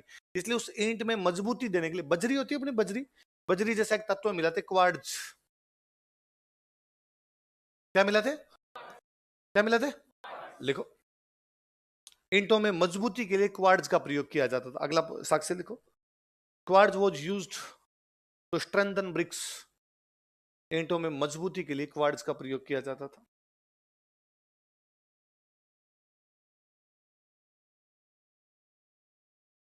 Quartz was used to strengthen BRICS.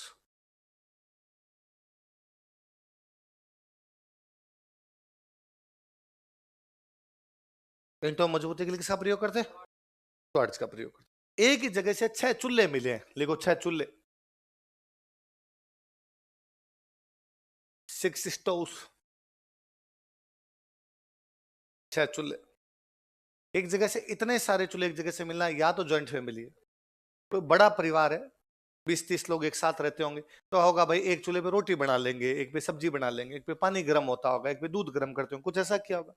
या ये हो सकता है कि भंडारा करते हो, एक साथ खाना खाते हो, क्या करते हो? एक साथ खाओ। और फिर हम कहते हैं जब वो एक व्यापारी के अंदर था, हो सकता है ढाबा हो, ऐसा भी तो कुछ हो सकता है। तो ढाबा है तो भी एक साथ खाना खाते हैं, भंडारा करते हैं तो भी कोई एक साथ खाना खाते हैं, क्या हो सकता है? पीजी हो, तुम्हारा भी तो एक जगह बन रहा है ना अपना। तो सामूहिक भोजन तो दो जानकारियां, या तो संयुक्त परिवार की जानकारी या किसकी है, सामूहिक भोजन। लिखो इसके आगे, संयुक्त परिवार या सामूहिक भोजन की जानकारी मिलती है। It provides information about joint family और कलेक्टिव फेस्ट। संयुक्त परिवार या सामूहिक भोजन की जानकारी मिलती है।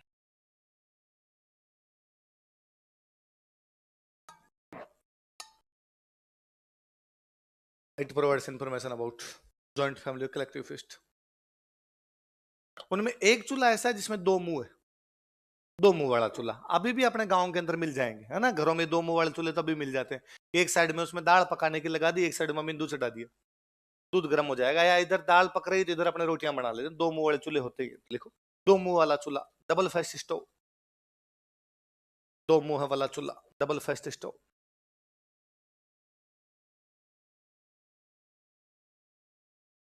दो मुंह वाला चूल्हा डबल फेस्ट स्टोव। उनके पास में मसाले कूटने के लिए सिलबट्टा, सिलबट्टा समझ गए। देखो सिलबट्टा, अंग्रेजी में सिलबट्टा ही लिखना, क्योंकि अंग्रेजों के सिलबट्टे होते नहीं थे, तो अंग्रेजी में नाम भी नहीं है उनके कोई। गोरे बापड़े मसाले खाते ही कहाँ है, ये मसाले वाला रिवाज अपना ही है। वो चीजों में मसाले कहाँ डालते हैं, कच्चा ही खाते हैं भाई। नॉन वेज भी खाना है तो कच्चा ही खा लेते हैं, उसको मसाले वसाले नहीं डालते। सब्जियां भी बस गरम की, बॉईल की उनको, और बॉईल करके खा लिया। रोटी वाला कंसेप्ट उनके ही नहीं, ब्रेड ब्रेड के साथ और वो उसको खा लिया। रोटी वाला तो अपने ही है कि अपने को कुछ भी खिला दो, रोटी, है ना। रोटी तो खाएंगे, बिना रोटी के तो पार पड़ेगी। मेरे को याद है पहले संक्रांत थी, संक्रांत, मकर संक्रांति। तो मकर संक्रांति पे घर वाले या तो पकोड़े बनाते या बनाते गुलगुले। क्या बनाते, कितने लोगों जो नहीं जानते गुलगुले क्या होते हैं। अरे यार गुलगुले नहीं जानते फिर मतलब ही क्या है तुम्हारा। अरे मीठे पकोड़े, जिनको तुम मालपुए कहते हो इस साइड में कहीं, पर मालपुआ थोड़ा बड़ा होता है यार, छोटे छोटे पुए। हाँ पुए, पुए कहते थे तो तुम जयपुर साइड वाले। पर गुलगुला नाम यूं अच्छा लगता ना, गुलगुलो, तो गुलगुले बना। हाँ फीलिंग आती है गुलगुले, गुलगुले में फील आता, थोड़ा मुंह में पानी आ जाता है गुलगुला नाम सुनते। तो जिस दिन वो संक्रांति होती उस दिन गुलगुले और पकोड़े बनाते, रोटियां नहीं बनाते। और घर वालों की तरफ डबल खर्चा क्यों करे, मतलब तू गुलगुला भी खाएगा और रोटी भी खाएगा। पर और मम्मी कहती भाई जी भर के खाओ, जितने खाने ना उतने खाओ, और ढंग से खाते, यूं पेट फटने हो जाए तब तक खाते। तो कभी कभी तो मिलते थे, बट ये मीठी चीजें डेली बनती भी नहीं थी। मतलब हलवा, खीर, ये सब चीजें मेहमान के आने पे बनती थी। और पश्चिमी राजस्थान में तो गेहूं की रोटी, ये तो भला नरेगा का बेचारी का, कि नरेगा इन गांव वालों ने गेहूं देखा और तब जा गेहूं की रोटियां। वरना पश्चिमी राजस्थान में गेहूं की रोटी का मतलब था घर पे मेहमान आए। वही कोई फुम्पोसा मामोसा टाइप कोई मेहमान आता, वो भी उसके लिए भी दो ही बनाते, एक ऊपर रखेंगे एक नीचे, बीच में बाजरा लगाएंगे। और और मम्मी हंसते हैं कि भाई हम यूं सोचते थे कि यदि ये इन दो में से छोड़ देंगे थोड़े बहुत तो अपने थाली उठा के लाएंगे तब खा लेंगे। पर मेहमान भी तो अपना ही था, उसके भी कहां देखी हुई थी पहले वो दोनों, वो खाता कि बाजरी तो डेली खा रहा हूं यार, इसका क्या है ना। और गांव में आज दिन तक यदि किसी शादी में आप खाना खाने के लिए जा रहे हैं, किसी घर पे खाना खाने के लिए जा रहे हैं, तो पहले मीठा खाएंगे फिर बाकी खाएंगे। ये आपके शहरों का सिस्टम उल्टा है कि पहले पूरा खाना खिला दिया फिर लास्ट में स्वीट लीजिए, फिर क्या एक खाना है। मतलब यदि गांव में किसी आदमी को खाना खिलाने के बाद लास्ट में आप मिठाई ला के देते हो, वो गालियां निकाले आपको, धूड़ फेंक के जाए आप पे। शर्म नहीं है इन लोगों को। और इनको खीर खिलानी नहीं थी इसलिए लास्ट में लेके आए। वरना पहले आदमी धाप के खीर खाता है, धाप के हलवा खाता है, बाद में लास्ट में कहता है कोई चरका एक आधा कोई रोटी वोटी मिल जाए तो ठीक है, वरना अपने को आवश्यकता नहीं है। तो वो मेरे वो पकोड़े गुलगुले कितने भी खाते तो भी लास्ट में मम्मी कहते मम्मी थोड़ी सी रोटी, जबकि रोटियां उस दिन मिलती नहीं थी। तो अपने ये मसाले वाला अपने ही शौक है, रोटी वाला अपने ही है, बाकी दुनिया के अंदर इस प्रकार की चीजें।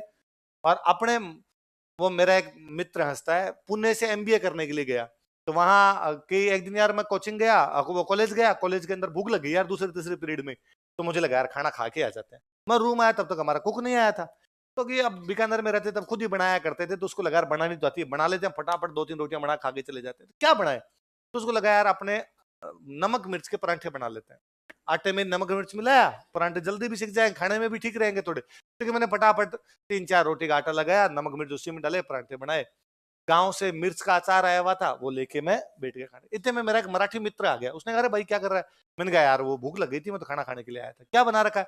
तो मैंने कहा तू भी खा ले। है क्या पहले ये बता? मैंने कहा यार नमक मिर्च के परांठे बनाए थे, टाइम इतना ही था। और क्या है? मैं ये गांव से मिर्च का अचार आया हुआ था, हरी मिर्च का, इसके साथ ही खा रहा हूँ। फिर उसने देखा कि मेरे पास में वो दही था, दही में भी मैंने नमक मिर्च डाल रखे थे। भाई दही में भी तो अपने नमक, भाई फीका फीका नहीं लगे। पास में एक पानी का गिलास पड़ा था, उस मराठी मित्र ने कहा इसमें मिर्च डाल ले। रिदम राजस्थानियों को हर चीज के अंदर मिर्च चाहिए होती है। और देखो अक्सर ऐसा कहा जाता है कि जहां की जलवायु गर्म होती है उनको मसाले कम खाने चाहिए, जिनकी जलवायु ठंडी है उनको मसाले ज्यादा खाने चाहिए। अपने इस मामले में उल्टा हो रखा है कि अपनी जलवायु गर्म है, मतलब भरी जनवरी के भरी जून में जब पसीना टपक रहा होता है तो वे अपने कहता है मिर्चा मिल जा, मजा आ जा। अरे कैसे मजे आ सकते हैं मिर्चों से तेरे को? अपने मिर्ची बड़ा खाते हैं, उसमें केवल सीधी साबुत मिर्ची होती है, और वो भी अपने खा लेते हैं, और भरी गर्मी के अंदर खा लेते हैं अपने। तो सिलबट्टा अपना पुराना भाई साहब, आहड़ में भी अपने क्या मिल रहा है। वरना मैं वो पहली बार रूस गया था, हमारा गाइड था, हम वहां जैसे उतरे तो फ्लाइट काफी लंबी थी, 6-7 घंटे की फ्लाइट थी, तो भूख लग गई। और वहां एयरप्लेन में आपको सब नॉनवेज नॉनवेज नॉनवेज मिलता है, तो वो खाने का जीव नहीं करे। वेज भी मिलता है तो डर सा ही लगता है, क्या पता इनमें भी कुछ इनका होगा, तो मेरी आत्मा वैसे ही नहीं माने उसके लिए। तो मैं पूरा यूं भूखा सा ही था। तो वहां जैसे मॉस्को में उतरे, घंटे 1.5 घंटे उन्होंने लगाया सामान वामान देने में।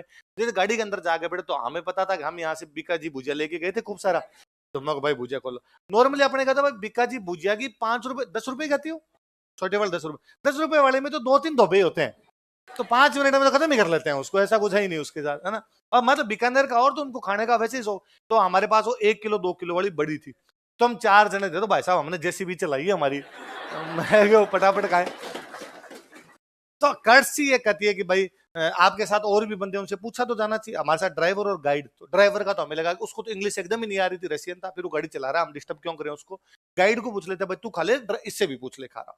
तो मैंने उस गाइड से कहा आप भी ले लीजिए, तो उसने कहा कि नो नो। तो मुझे लगा कि ये भी यार शिष्टाचार करता है कि कोई दे तो लेना नहीं चाहिए।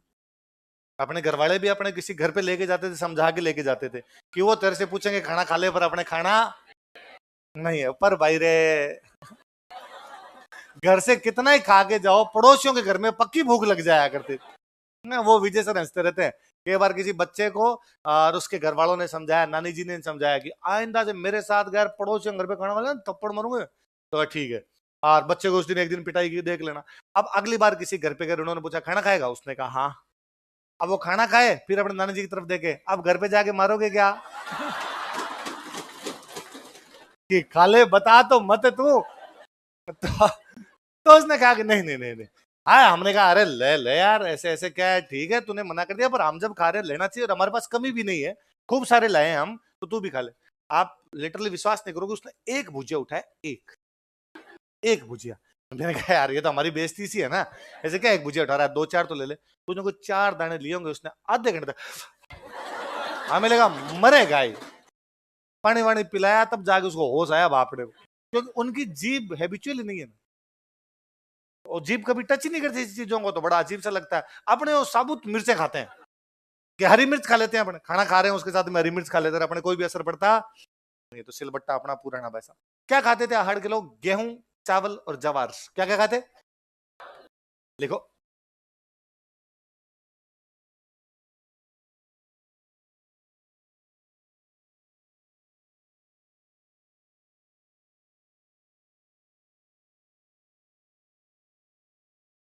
अनार नहीं खाते थे? तुम क्या करियो, अनार खाते थे? क्या क्या खाते बताओ देखिए। गेहूं, चावल और, आप पुनः नोटिस कीजिए, बाजरा नहीं खा रहे ये। क्या नहीं खा रहे? वे स्थान जहां पर पानी बहुतायत के अंदर होता है, बाजरा क्यों उगाएंगे? बाजरा कम पानी में होने वाली फसल है, इसलिए जिन लोगों के पानी कम था उन्होंने क्या उगाया? इसलिए पश्चिमी राजस्थान वालों को होता ही क्या था? क्या था? इसलिए शेरशाह सूरी को कहना पड़ा कि मैं मुट्ठी भर बाजरे के लिए हिंदुस्तान की, भाई इनके और होता है क्या? बाजरे के अलावा कुछ भी है नहीं। बाकी ये लोग क्या खा रहे हैं देखो, गेहूं, चावल और तो चावल, जबकि जहां पानी जितना ज्यादा होगा वो लोग चावल खाएंगे, यूपी बिहार, है ना, यूपी बिहार वाले चावल। तो मैं ये जब भी पढ़ा था मेरे याद आता, एक बार कोई 2016 के आसपास प्री के बैच थे, वो प्री के बैच सुबह 7 बजे से लेके 3 साढ़े 3 बजे तक उनकी क्लासेज होती। तो बच्चे परेशान रहते, खाना साथ में लेके आते, तो आगे आगे दो कोई लड़कियां बैठती। मेरी कोई क्लास 1 बजे के आसपास होती, 1 बजे खाने का टाइम होता, मैं जब भी जाता वो दोनों चावल के डिब्बे लिए खाती मिलती। नॉर्मल है, वो बच्चे हमको जो आगे बैठे थे तो मेरे से पूछ ले, सर नहीं नहीं आप खाओ। फिर मैं नोटिस किया कि डेली चावल ही लेके आती। तो मैंने एक दिन नॉर्मली उन दोनों लड़कियों का, जमा बिहारी होगी, दोनों चावल खाती रहती है, इसके अलावा तुम्हारे पास भोजन नहीं। तो उस एक लड़के ने वापस कहा, नहीं सर हम तो उदयपुर के हैं। मुझे वापस दिमाग में आया कि अपने होता नहीं था पश्चिमी राजस्थान में, इसलिए मेहमान आते तब चावल बनाते, इनके होता था तो ये कभी भी खा सकते। अपने लिए चावल वैसी वस्तु है, इनके लिए तो नहीं है। तो क्या क्या खाते, गेहूं चावल और कल पढ़ेंगे बाकी।